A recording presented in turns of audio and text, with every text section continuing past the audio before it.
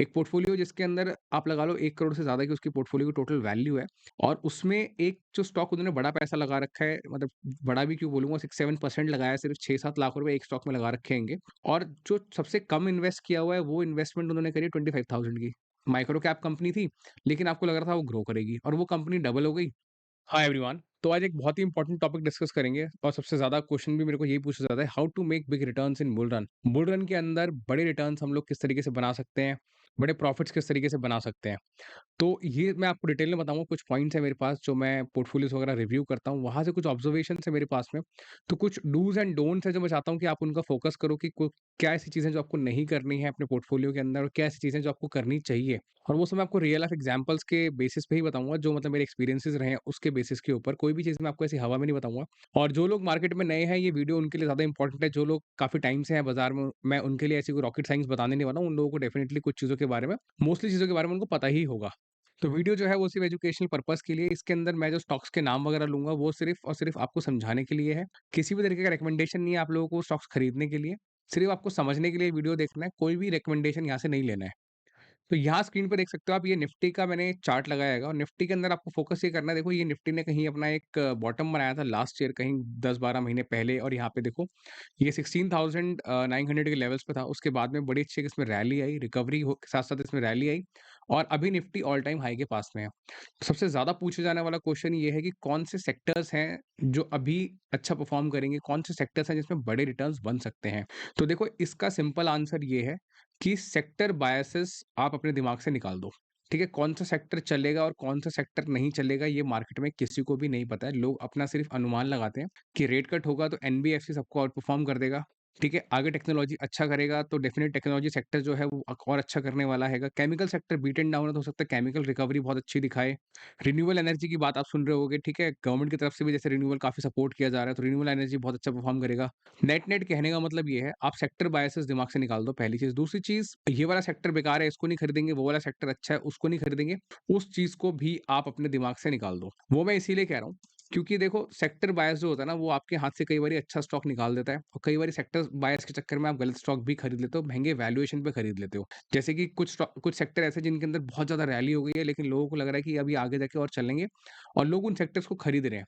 जैसे कि for example, मैं बहुत बेसिक सा आपको एग्जांपल देता हूँ लास्ट 1 साल पहले का। और वो एग्जांपल भी मैं आपको इसलिए बता रहा हूँ ताकि वो आप समझ सको कि आपको किन चीज़ों पे ध्यान देना चाहिए। जैसे कि कंपनी में मैंने एक वीडियो बनाया था, वो थी कैप्लिन पॉइंट लैबोरेटरीज, और ये एक फार्मास्यूटिकल कंपनी है, एपीआईज़ बनाती है। तो फार्मास्यूटिकल के बारे में मोस्टली जो एक सेंटिमेंट था पहले 1 साल पहले या 2 साल तक जब वो बेयर रन चल रहा था, कि फार्मास्यूटिकल सेक्टर जो है थोड़ा-सा अब लेगार्ड हो गया है। फार्मास्यूटिकल सेक्टर जो है रिकवर ईज़िली नहीं करेगा। तो ये बेसिकली यहाँ पे हुआ ये है, देखो कंपनी के अंदर अगर आप देखोगे इससे क्वार्टरली परफॉर्मेंस, तो स्टॉक तो नो डाउट सभी गिर रहे थे बेयर रन के समय पे, लेकिन ये स्टॉक कंसिस्टेंटली अच्छी ग्रोथ कर रहा था। पहली चीज, आपको ग्रोथ पे फोकस करना है यहाँ पे इसके अंदर एग्जांपल की तरह। दूसरी चीज, आपको बैलेंस शीट में ये फोकस करना है, देखो रिजर्व्स कंपनी के बढ़ रहे हैं और डेट फ्री कंपनी थी ये तब से ही, ठीक है, बेयर रन में भी। तो नेट नेट कहने का मतलब ये है, रिजर्व्स यहाँ पे बढ़ रहे हैं, डेट नहीं है, और कैश एंड वर्किंग कैपिटल यहाँ पे मैनेजमेंट कर रहा है, प्लस मैनेजमेंट कमेंट्री भी दे रहा है, अपनी ट्रांसक्रिप्ट दे रहा है, आपको कॉन्फ्रेंस कॉल कर रहा है, पूरी प्रेजेंटेशंस वगैरह सब कुछ आपको मैनेजमेंट बता रहा है, प्लस स्टॉक भी आपके सामने है। मतलब वैल्यूएशन तो ऑफ कोर्स बेयर एंड में काफी कंपनीज के नीचे आ गए थे। तो नेट नेट फोकस करने की चीज ये है, अगर कंपनी अच्छी है, ग्रोथ कर रही है, क्लैरिटी उसके अंदर मिल रही है, आगे भी सेक्टर परफॉर्म करता हुआ आपको दिख रहा है, तो आपको बायसेस नहीं रखना है कि ये सेक्टर चलेगा या नहीं चलेगा। आपको कंपनी पे फोकस करना है, सिर्फ और सिर्फ कंपनी के ऊपर। कंपनी समझ आ रही है आपको, ग्रोथ कर रही है, उसका आरओसी आरओई ठीक है, बैलेंस शीट अच्छी आपको लग रही है, मैनेजमेंट समझ आ रहा है, तो आपको अपना डिसीजन उसके अंदर अकॉर्डिंगली बनाना है कि खरीदना है कि नहीं खरीदना है। मेरे अकॉर्डिंगली आपको ऐसी ही कंपनीज खरीदनी चाहिए जिसके अंदर ग्रोथ आ रही हो। इर्रेस्पेक्टिव मार्केट के अंदर कोई बहुत बड़ा कुछ सेक्टर के अंदर कुछ प्रॉब्लम आने वाली हो, कोई ग्लोबल डिसरप्शन हो गया हो, कोई ग्लोबल नेगेटिव न्यूज़ आ रही हो, वो एक डिफरेंट पॉइंट है। लेकिन अगर उसके अंदर आपको क्वार्टरली ग्रोथ दिख रही है, आपको बैलेंस शीट दिख रही है, तो आप बिल्कुल उस स्टॉक को लो। और ये एग्जांपल है सिर्फ एक, ठीक है? आपको ऐसी बहुत सारी कंपनीज मिलेंगी अलग-अलग सेक्टर के अंदर, आपको उन पे फोकस करना है। आपको स्टॉक को कल खरीदना नहीं है, सिर्फ समझना है कि मैं बता क्या रहा हूँ आपको। प्रॉपर रिसर्च करो, कंपनी को समझो और फिर कोई अपना डिसीजन उसके अंदर बनाओ आप लोग। तो अब डिस्कस करते हैं दूसरा इंपॉर्टेंट पॉइंट, ठीक है? दूसरा इंपॉर्टेंट पॉइंट ये है कि don't invest blindly on tips. और देखो, मैंने यहाँ पे ब्लाइंडली वर्ड डाला है। ब्लाइंडली वर्ड मैंने इसलिए डाला है क्योंकि सारी टिप्स जो होती है ना, देखो वो खराब भी नहीं होती है। कुछ-कुछ टिप्स आपको नए स्टॉक से इंट्रोड्यूस करा देती हैं। जैसे कि फॉर एग्जांपल, आपको किसी ने कोई स्टॉक बोला, तो हो सकता है कि वो स्टॉक अच्छा हो, ठीक है, किसी ने आपको बता दिया। तो लेकिन आपको उसको ब्लाइंडली नहीं बाय करना है, आपको अपना दिमाग यूज़ करना है। जैसे मैंने आपको बताया कंपनी के वैल्यूएशंस को फ़ोकस करो, उसमें ग्रोथ कितनी आ रही है, जैसे हमने भी एक एग्ज़ाम्पल लिया कैप्लिन पॉइंट का। आप यहाँ पे आओ, आप देखो किस तरीके की उसमें ग्रोथ आ रही है, किस तरीके की बैलेंस शीट है कंपनी की, किस तरीके का इन्वेस्टर्स पोर्टफोलियो है, ठीक है? प्रमोटर अपनी देखो यहाँ पे खुद अपना स्टॉक खरीद रहा था। तो आपको इन चीज़ों को छोटी-छोटी चीज़ों को ऑब्ज़र्व करना है। अगर आपको समझ आ रही है वो जो किसी ने आपको वो स्टॉक बताया है, पहले आप ये एनालिसिस करो। दूसरी बात, अगर कोई आपको टिप दे रहा है, तो टिप देने वाले से ये ज़रूर पूछो कि आप जो मुझे टिप बता रहे हो, ये कंपनी करती क्या है? क्या उसको खुद को पता है कि वो कंपनी क्या करती है? दूसरी चीज़, क्या टेलविंड्स है इस बिज़नेस के? अगर बिज़नेस मॉडल आपको समझ में आ रहा है, तो टेलविंड्स क्या है? बिज़नेस आगे चलेगा क्यों? ये क्वेश्चन भी करो आप कि क्यों बिज़नेस चलेगा? हो सकता है वो जो बता रहा है आपको वो बहुत ही गुड फेथ में बता रहा हो, आपका फ्रेंड हो, आपका रिलेटिव हो, लेकिन उसको खुद भी ना पता हो, वो खुद भी किसी तीसरे की बताई हुई टिप के अंदर ट्रैप हो रहा हो, तो हो सकता है आप उसे ट्रैप होने से बचा लो। अब मैं ट्रैप वर्ड इसीलिए यूज़ कर रहा हूँ क्योंकि आपने पीछे एक न्यूज़ चैनल की भी खबर सुनी होगी, उस न्यूज़ चैनल ने क्या किया, उसके अंदर बहुत सारे पैनलिस्ट आते हैं, वो पैनलिस्ट आके सुबेरे 9-10 बजे के आस-पास अपना शो चलाते हैं और शो के अंदर वो लोग क्या है कुछ स्टॉक्स की टिप्स देते हैं कि ये स्टॉक्स को खरीद लो, ये स्टॉक्स आगे जाकर के ग्रो करेंगे, रिटर्न अच्छे बन जाएँगे, ठीक है? स्विंग ट्रेड्स वगैरह बताते हैं वो लोग उसके अंदर। लेकिन वो पब्लिक फोरम में बताने से पहले अपना पोज़ीशन खुद खरीद लेते हैं और जैसे ही पब्लिक फोरम में बताते हैं, तो उनके फैमिली मेंबर्स, उनके फ्रेंड्स जो लोग भी अपनी पोज़ीशन पहले से बिल्ड कर लेते हैं, वो खुद भी बिल्ड कर लेते हैं। जैसे स्टॉक चलना शुरू होता है, क्योंकि पब्लिक बाय करना शुरू करती है, वो अपनी पोज़ीशन को स्क्वायर ऑफ कर देते हैं। तो उसमें फँसता कौन है? Innocent retailer. रिटेलर ने क्या सोच के खरीदा भाई इन्होंने बताया ये सो कॉल्ड एक्सपर्ट है, इनकी दी हुई टिप है, ये स्टॉक चलेगा। लेकिन होता क्या है? रिटेलर फँस जाता है। तो इसीलिए कोई भी टिप अगर आपको दे रहा है, मैं ये नहीं कह रहा हूँ टिप जो मिलती है आपके फ्रेंड से, आपकी फैमिली से, आपके रिलेटिव से, वो सारी गलत होती हैं, लेकिन ब्लाइंडली मत खरीदो और खासकर टीवी से अगर मिल रही है, टेलीग्राम से मिल रही है, यूट्यूब से मिल रही है, तो प्लीज़ थोड़ी-सी अपनी बुद्धि लगाओ, उसको रिसर्च करो, सेक्टर को रिसर्च करो, इंडस्ट्री को रिसर्च करो, कंपनी की वैल्यूएशंस को ज़रूर देखो, प्रॉफिट्स को देखो और फिर उसमें कोई बाय सेल का डिसीजन बनाओ, ठीक है? थोड़ा-सा मतलब आप थोड़ी-सी मेहनत करो किसी भी स्टॉक को लेने से, आप अपना हार्ड अर्न्ड मनी अगर उसके अंदर डाल रहे हो तो। तीसरा जो बहुत इंपॉर्टेंट पॉइंट है वो ये है कि do not catch the falling knife. तो इसका क्लियर मीनिंग ये है देखो ना तो आप कोई गिरता हुआ स्टॉक खरीदो, ठीक है? और ना ही आप गैम्बल करो मार्केट के अंदर।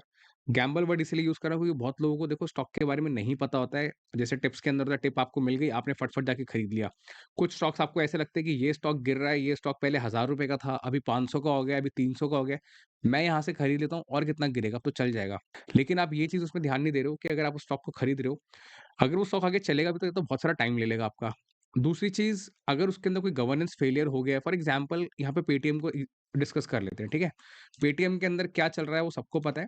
क्या हुआ है ये सबको आइडिया हो ही चुका है कि देखो स्टॉक ने कहाँ देखो 52 भी खाया है। इसका अगर पीछे का हाई अगर आप वीकली में दिखाऊँ ना मैं आपको, तो वो और भी पीछे आईपीओ आया, स्टॉक इतना महँगा आया और फिर यहाँ देखो ये स्टॉक गिरता जा रहा है। कहने का मतलब ये है कि यहाँ पे प्रॉपर आपको भी पता हैगा, आपने अगर थोड़ी बहुत रिसर्च करी होगी, कंप्लायंस फेलियर है, रेगुलेटरी बॉडी की तरफ से इनको क्लियरली बोला गया हैगा कि आपने जो बिज़नेस कर रहे हो, वो गलत तरीके से कर रहे हो। आपके जो एक बैंकिंग जो ये लाइसेंस इन्होंने अप्लाई किया था, वो इनको नहीं मिलाएगा।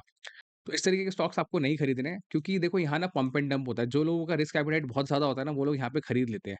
जब स्टॉक गिर रहा होता है, वो खरीदते जाते हैं, चाहे सर्किट लग रहा हो, कुछ भी हो, लेकिन बाद में फिर वो डंप भी करते हैं इसको। तो जो रिटेलर होता है, जो थोड़ी बहुत क्वांटिटी खरीदता है इसके अंदर, लेकिन जो बड़ा ऑपरेटर होता है, वो डंप करता है स्टॉक को और रिटेलर को फँसा लेता है। बड़ा पैसा बना के वो निकल जाता है, रिटेलर क्या करता है फिर सोचता रहता है कि क्या नीचे और आएगा, मैं और एवरेज करूँ, और आएगा, मैं और एवरेज करूँ। तो इन कंपनीज़ से आप पहले ही दूर रहो। जो स्टॉक बहुत ज़्यादा गिर रहे हैं, उनको नहीं खरीदो। जैसे कि राजेश एक्सपोर्ट्स को ले लो आप। राजेश एक्सपोर्ट्स में प्रॉब्लम क्या है? क्या लगता है स्टॉक गिर रहा है, लोग खरीद रहे हैं, फिर एवरेज कर रहे हैं और खरीद रहे हैं क्योंकि ऑल टाइम हाई से स्टॉक गिरता जा रहा है। लोगों को लग रहा है कभी तो रिकवर करेगा, लेकिन रिकवर तब करेगा ना जब इसके अंदर क्वार्टरली प्रॉफिट्स आएँगे। यहाँ पे ग्रोथ तो है ही नहीं, स्टॉक डी-ग्रोथ कर रहा है। दूसरी चीज़, मार्जिन कितने पुअर हैं। तीसरी चीज़, अगर आप देखोगे तो यहाँ पे कोई डॉक्यूमेंट ही नहीं है। मैनेजमेंट ना तो आपको कोई प्रेज़ेंटेशन देता है बिज़नेस के बारे में, कि बिज़नेस में आगे चल क्या रहेगा, आगे क्या होने वाला हैगा। कभी management cash flow statement submit नहीं करता एनएससी को, कभी कोई और डॉक्यूमेंट सबमिट नहीं करता। तो ये सब चीज़ें क्या है ना कि प्रमोटर की तरफ से जो है प्रॉब्लम नज़र आती है। काफ़ी लोगों का देखो इसमें यही पॉइंट होता है कि ये बुक वैल्यू के नीचे मिल रहा है, क्योंकि और बहुत सारे स्टॉक्स के अंदर ऐसा होता होगा, बुक वैल्यू के नीचे मिल रहा है स्टॉक्स, अभी पी बहुत सस्ता है इसका। लेकिन ये सब चीज़ें जो है ना, आप कहीं न कहीं इसमें ट्रैप कर रहे हो, अपना हार्ड अर्न्ड मनी फँसा रहे हो। मार्केट में इतनी सारी कंपनियाँ, मैं बार-बार एक लाइन बोलता हूँ, 4000 कंपनियाँ हैं बाज़ार में, आपको ऐसे स्टॉक में क्यों डालना है पैसा? आप ग्रोथ कंपनी ढूँढो ना, थोड़ी महँगी भी होगी तो क्या हो गया? कम से कम वो स्टॉक चलेगा तो सही, क्योंकि उसमें ग्रोथ है, आगे टेलविंड्स हैं, आगे बिज़नेस कुछ समझ आ रहा है, मैनेजमेंट कुछ बता रहा है आपको। तो थोड़ा-सा आप इस तरीके की कंपनी से थोड़ा दूर रहो, थोड़ी क्लैरिटी जहाँ मिलती है, उन कंपनीज़ के अंदर इन्वेस्ट करो। फोर्थ और जो सबसे ज़्यादा मुझे देखने को मिलता है जब भी मैं किसी पोर्टफोलियो को रिव्यू करता हूँ, तो उसमें मुझे ऐसा लगता है कि मतलब लोग कर क्या रहे हैं, बहुत ज़्यादा ओवर डाइवर्सिफिकेशन कर रहे हैं। ओवर डाइवर्सिफिकेशन इसीलिए कि वो मतलब स्टॉक्स खरीदते ही चले जा रहे हैं। एक पोर्टफोलियो मैंने देखा अभी, उसमें 70 से ज़्यादा स्टॉक थे, मतलब 76 के आस-पास उसमें स्टॉक्स थे। तो मैंने कहा इतने स्टॉक्स आपको खरीदने की ज़रूरत ही क्या है? 70 से ज़्यादा स्टॉक्स आपने ले लिए हैं और आप इसको ट्रैक कैसे करोगे? क्वार्टर 3 का अगर रिज़ल्ट जैसे भी चल रहा है इन दिनों के अंदर, तो इतने ज़्यादा स्टॉक्स को ट्रैक करना ही बहुत मुश्किल है। इतना ज़्यादा डाइवर्सिफ़ाई करने की ज़रूरत नहीं है, प्लस एलोकेशन का प्रॉब्लम है। एलोकेशन का प्रॉब्लम मैं इसीलिए कह रहा हूँ, एक स्टॉक के अंदर आपने जो है बहुत बड़ा पैसा लगा दिया, एक में बहुत ही कम लगा दिया। एक पोर्टफोलियो जिसके अंदर आप लगा लो 1 करोड़ से ज़्यादा की उसकी पोर्टफोलियो की टोटल वैल्यू है और उसमें एक जो स्टॉक उन्होंने बड़ा पैसा लगा रखा है, मतलब बड़ा भी क्यों बोलूँगा, 6-7% लगाया है, सिर्फ़ 6-7 लाख रुपए एक स्टॉक में लगा रखे हैंगे। और जो सबसे कम इन्वेस्ट किया हुआ है, वो इन्वेस्टमेंट उन्होंने करी है 25,000 की। तो यहाँ पे कोई सिंक नहीं बैठ रहा है। कहीं पे आपने 6-7 लाख रुपीज़ इन्वेस्ट कर दिए एक स्टॉक के अंदर और कहीं पे आपने सिर्फ 25,000 इन्वेस्ट किया, क्योंकि वो एक माइक्रो कैप कंपनी थी, लेकिन आपको लग रहा था वो ग्रो करेगी और वो कंपनी डबल हो गई। जहाँ आपने बहुत ज़्यादा इन्वेस्ट किया था, वो स्टॉक अभी 5% नीचे चल रहा है। तो ये कुछ भी सिंक नहीं है इसके अंदर। थोड़ा-सा आप अपने रिस्क एपेटाइट को समझो। आप देखो कि आपका रिस्क एपेटाइट क्या है? आप मिड कैप्स में ज़्यादा इन्वेस्ट करना चाहते हो, स्मॉल कैप्स में, या सब कुछ मिक्स करके करोगे, ठीक है। लेकिन एक सिस्टम बनाओ कि हाँ, मुझे 20 स्टॉक्स लेने हैं, तो मुझे 5-5% हर स्टॉक के अंदर डालना है, या फिर मेरे ये 5, टॉप 7, टॉप 10 स्टॉक्स हैं जिनके अंदर मैं ज़्यादा इन्वेस्ट करूँगा। बाकी के स्टॉक्स हैं जिनके अंदर मैं थोड़ा-थोड़ा पैसा लगाऊँगा, 3-4-5%, उससे ज़्यादा नहीं लगाऊँगा। तो वैसे करके आप मैनेज कर सकते हो, लेकिन आपको वो चीज़ पता होनी चाहिए कि आप क्यों कर रहे हो, किस तरीके से कर रहे हो। ऐसा नहीं कि मैंने तो बस खरीद लिया, ये तो माइक्रो कैप था, मुझे लगा अच्छा होगा इसलिए मैंने थोड़ा-सा ले लिया। थोड़ा-सा क्या मतलब, आप कोई शॉपिंग थोड़ी करने गए हो मार्केट के अंदर कि आपको अच्छा लगा आपने थोड़ा-सा ले लिया, ठीक है? आपका हार्ड अर्न मनी है, थोड़ा तरीके से आप उसको चेक करो। अगर आपको लगता है कि हाँ, ग्रो करेगा, तो थोड़ा आप रिस्क लो उसके अंदर, आपका रिस्क एपेटाइट है माइक्रो कैप वाला। अगर आपका रिस्क एपेटाइट बिल्कुल नहीं है, तो फिर वो पैसा भी वहाँ लगा करके आप अपनी इम्पैक्ट कॉस्ट बढ़ा रहे हो। तो इन चीज़ों का ध्यान रखो। और एलोकेशन और ओवर डाइवर्सिफिकेशन में एक और प्रॉब्लम पता है क्या है? जैसे कि मैंने सेक्टर बायस आप लोगों को बताया, जैसे किसी को मान लो आईटी सेक्टर बहुत समझ में आता है। तो आईटी सेक्टर अगर आपको समझ में आता है, तो बिल्कुल आप आईटी के स्टॉक्स लो, क्योंकि आप उसके अंदर आपको आपकी एक्सपर्टीज़ होगी। लेकिन जिसकी एक्सपर्टीज़ नहीं है, आपको लगता है आईटी चलेगा, तो आईटी में भी बहुत सारी वैरायटी होती है। आईटी के अंदर ही प्रोडक्ट बेस्ड आईटी कंपनी होती है, सर्विस बेस्ड आईटी कंपनीज़ होती हैं, जो दोनों काम करती हैं, innovation, product based, service based, वो कंपनीज़ भी होती हैं। तो कहने का मतलब ये है कि उस सेक्टर को भी आप अगर डिटेल में समझ रहे हो, काफ़ी लोगों को समझ में आता है, तो वो अपने हिसाब से कर लेते हैं। लेकिन जिनको नहीं आता, जो लोग नए हैं, वो लोग भी थोड़ा-सा ध्यान रखें। ऐसा नहीं कि आपने 10 स्टॉक के अंदर आपने 6 आईटी कंपनी खरीद ली और 6 की 6 एक जैसी हैं। तो फिर फ़ायदा ही क्या हुआ? फिर तो आप कोई एक एक कंपनी में बड़ा पैसा लगा लो, 2 में बड़ा पैसा लगा लो, हो जाएगा आपका काम, ठीक है? तो उसमें भी डाइवर्सिफ़ाई करना है, तो प्रोडक्ट बेस के अंदर थोड़ा अलग आपको 1 या 2 स्टॉक लेने हैं। सर्विस बेस में 1-2 ले लो, एक दूसरी कैटेगरी में ले लो। वैसे करके डाइवर्सिफ़ाई करो। अगर आपको सेक्टर वाइज़ भी करना है, क्योंकि ये जो प्रॉब्लम है ना, ये आपके रिटर्न्स को रोकती है। आप मार्केट के अंदर ग्रोथ अगर सेक्टर वाइज़ आप देख रहे हो, इंडेक्स है को 30-40% चल गया आएगा, आपका जो पोर्टफोलियो 5, 6, 10% ही प्रॉफिट बना रहा है। फ़ायदा क्या हुआ? 70, 70, 50, 40 स्टॉक्स लेने का कोई फ़ायदा नहीं है, इतने सारे स्टॉक्स लेने का। ठीक है? तो फिफ्थ बहुत इंपॉर्टेंट पॉइंट है, वो है एवरेजिंग। सब लोग यही पूछते हैं कि एवरेज कितना करना है, ठीक है? तो एवरेजिंग के अंदर देखो, आपको एक चीज़ को ध्यान रखना है कि अगर जैसे मान लो अभी Q3 चल रहा है, ठीक है? तो Q3 के अंदर अभी रिज़ल्ट आ रहे हैं। रिज़ल्ट के अंदर फॉर एग्ज़ाम्पल कोई स्टॉक आपके पोर्टफोलियो में है, कंपनी ने बहुत ही अच्छा परफ़ॉर्म किया, रिज़ल्ट बहुत अच्छा आ रहा है और आपको गाइडेंस के अकॉर्डिंगली समझ आ रहा है कि क्वार्टर 4 भी अच्छा आएगा और आने वाले जो क्वार्टर्स आएँगे नेक्स्ट ईयर के, वो भी अच्छे रहने वाले हैं इस कंपनी के लिए। तो वहाँ पे तो आप बिल्कुल अपवर्ड एवरेजिंग भी कर सकते हो, वो आपकी मर्ज़ी है आपको करना है, नहीं करना है। लेकिन एवरेजिंग का तरीका यही बनता है, अगर क्वार्टरली रिज़ल्ट अच्छा आ रहा है, तो आप डेफ़िनिटली उसके अंदर अपसाइड एवरेजिंग करो। लेकिन अगर क्वार्टरली रिज़ल्ट खराब आया है और आपको लगता है कि चलो ये वाला रिज़ल्ट खराब है, अभी तो स्टॉक थोड़ा-सा करेक्शन में आ रहा है, लेकिन आगे अच्छा आएगा, तो फिर आप डाउनवर्ड एवरेजिंग भी उसके अंदर करो। और तीसरा केस ये बनता है कि स्टॉक जो है बहुत ही ऊपर की वैल्यूएशन पे था, ठीक है? अब जो रिज़ल्ट आया है क्वार्टर 3 में, वो खराब आया है। क्वार्टर 4 की भी आपको उम्मीद है वो खराब आएगी। जिस तरीके से आईपीओ के अंदर, आईपीओ में क्या होता है, स्टॉक बहुत ऊपर की वैल्यूज़ में चला जाता है, स्टॉक गिरता है, फिर नेक्स्ट क्वार्टर खराब आता है, फिर स्टॉक और गिरता है, फिर नेक्स्ट क्वार्टर खराब आता है, फिर और गिरता है। तो उसके अंदर आप कितना एवरेज करोगे? ठीक है? आपने कहीं ऊपर के भाव में खरीद लिया, क्वार्टर बाय क्वार्टर खराब आ रहा है, तो इतनी एवरेजिंग मत करो। आप एक सर्टेन परसेंटेज लेके चलो, हाँ, मेरे पोर्टफोलियो में 5%, 7% हो गया, अब नहीं करूँगा उसके अंदर एवरेजिंग। या फिर एवरेजिंग करने के अंदर आप वेट करो। सबसे बेस्ट तरीका होता है वेट करना। क्यों? क्योंकि अगर स्टॉक गिर रहा है ना, पर डाउन ट्रेंड में आ रहा है स्टॉक, तो आपने कहीं ऊपर के भाव में खरीदा है, तो जल्दी-जल्दी एवरेज मत करो। उसको वेट करो कि वो रिवर्स होए वहाँ से। अगर स्टॉक आपका रिवर्स हो गया, जैसे कि हम आइडिया फोर्ज का एग्जांपल लेते हैं। आइडिया फोर्ज मैं इसलिए समझा रहा हूँ क्योंकि मुझे समझाने में थोड़ा-सा ईज़ी होगा। आपको भी थोड़ी-सी उसमें क्लैरिटी मिल जाएगी। यहाँ पे देखो, एक चीज़ आपको ध्यान रखने की, देखो किसी ने मान लो यहाँ से यहाँ पे स्टॉक खरीदा, ठीक है? अब यहाँ पे क्योंकि आईपीओ में आया स्टॉक, प्रॉफिट बुकिंग हुई, लोग खरीदते जा रहे हैं और स्टॉक गिरता जा रहा है। फिर कंसोलिडेशन हो रहा है, फिर गिर रहा है। तो आप क्या यहाँ पे भी आपने एवरेज कर ली, क्योंकि आपको लगा यार स्टॉक तो मैंने कहीं 1200 पे लिया था, स्टॉक अब 900 पे आ गया, मैं एवरेज कर लेता हूँ। स्टॉक ने अच्छा कंसोलिडेशन दिखाया, स्टॉक फिर नीचे आ गया। आप फिर एवरेज करोगे, है ना?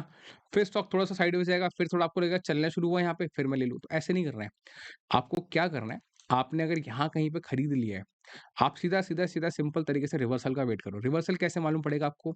अगर क्वार्टर 3 या क्वार्टर 4 या एफवाई 25 का क्वार्टर 1 उसके अंदर आपको क्लियरली दिख रहा है कि हाँ भाई, स्टॉक में थोड़ा-सा अब अपसाइड वी शेप रिकवरी आ सकती है। क्यों? क्योंकि इनकी ऑर्डर बुक बढ़ रही है। ये एग्ज़ाम्पल दे रहा हूँ प्लीज़, है ना? स्टॉक को खरीद मत लेना कल। एग्ज़ाम्पल दे रहा हूँ। इसकी ऑर्डर बुक बढ़ गई है। ऑर्डर बुक बढ़ने की वजह से क्या हुआ है, स्टॉक में आपको तेज़ी दिख रही है। कोई बात नहीं, स्टॉक आप दोबारा से, अगर आपने यहाँ कहीं पे खरीदा हुआ था, आप 900 पे दोबारा यहाँ के ले लेना। महँगा हो जाएगा ना स्टॉक, कोई चक्कर नहीं, लेकिन आपको क्लैरिटी तो मिलेगी। कॉन्फ्रेंस कॉल में आपको सुनने को तो मिलेगा कि हाँ, हमारे पास में बड़े ऑर्डर्स आ रहे हैं अब। क्या होगा ज़्यादा से ज़्यादा? वापस आकर ढक जाएगा स्टॉक के अंदर। नेट-नेट कहने का मतलब ये है, महँगा स्टॉक खरीद लो, लेकिन गिरता हुआ स्टॉक बार-बार कैच मत करो, क्योंकि आप यहाँ अपना पैसा ब्लॉक करते जाओगे। स्टॉक में कोई गारंटी नहीं हो रही है कि स्टॉक चलेगा तो क्यों चलेगा? रिज़ल्ट में इसको रिज़ल्ट इनको ऑर्डर बुक मिल रही है तो क्यों मिल रही है? क्योंकि ऐसे स्टॉक्स के अंदर ऑपरेटर कई बारी जो है पंप एंड डंप भी करता है और जो उसमें रिटेलर होते हैं वो फँस जाते हैं। ठीक है? तो ये सिर्फ़ एग्ज़ाम्पल के लिए बताया मैंने आपको कि इस तरीके के डाउन ट्रेंड वाले स्टॉक्स के अंदर देखो, कंपनी में कोई प्रॉब्लम नहीं है, मैनेजमेंट है, बात कर रहा है, आप लोगों को कॉन्फ्रेंस कॉल में बता रहा है, लेकिन ऑर्डर बुक नहीं बढ़ रही है, स्टॉक तो गिर रहा है ना, लोग तो प्रॉफिट बुकिंग कर ही रहे हैं ना इसके अंदर, जिन्होंने आईपीओ में खरीदा हुआ है। तो नेट-नेट डाउनवर्ड एवरेजिंग करने का भी तरीका है। अगर आपको लग रहा है बहुत गिर रहा है, तो थोड़ा ध्यान से उसके अंदर क्लैरिटी आने पे ही आप डाउनवर्ड एवरेजिंग करो, और अगर आपको लग रहा है कि आगे के रिजल्ट अच्छे आएँगे, तो आप अपवर्ड भी कर सकते हो, उसके अंदर क्या प्रॉब्लम है? ठीक है? तो नेट-नेट देखो, यही है कुछ 4-5 पॉइंट्स जो मुझे लगता था, अगर आप मार्केट में नए हो तो आपको ज़रूर इन चीज़ों का ध्यान रखना चाहिए। बाकी कोई पॉइंट अगर मैंने मिस कर दिया हो तो आप वो भी ज़रूर कमेंट में लिखें, हम उसको भी आगे डिस्कशन करेंगे। आपको वीडियो में अगर वैल्यूएबल इन्फॉर्मेशन मिली हो, आपको इन्फॉर्मेटिव लगा हो तो प्लीज़ इन्फॉर्मेटिव लिखें, हेल्पफुल लगा हो तो हेल्पफुल लिखें। आपका कोई और व्यू है, आपको लगता है कुछ इम्प्रूवमेंट हम वीडियो के अंदर कर सकते हैं, तो वो भी ज़रूर लिखें, हम उस पे भी ज़रूर काम करेंगे आगे उसको इम्प्रूव करने के लिए। तो इस वीडियो के लिए इतना ही, मिलते हैं अगली वीडियो में। Thank you so much.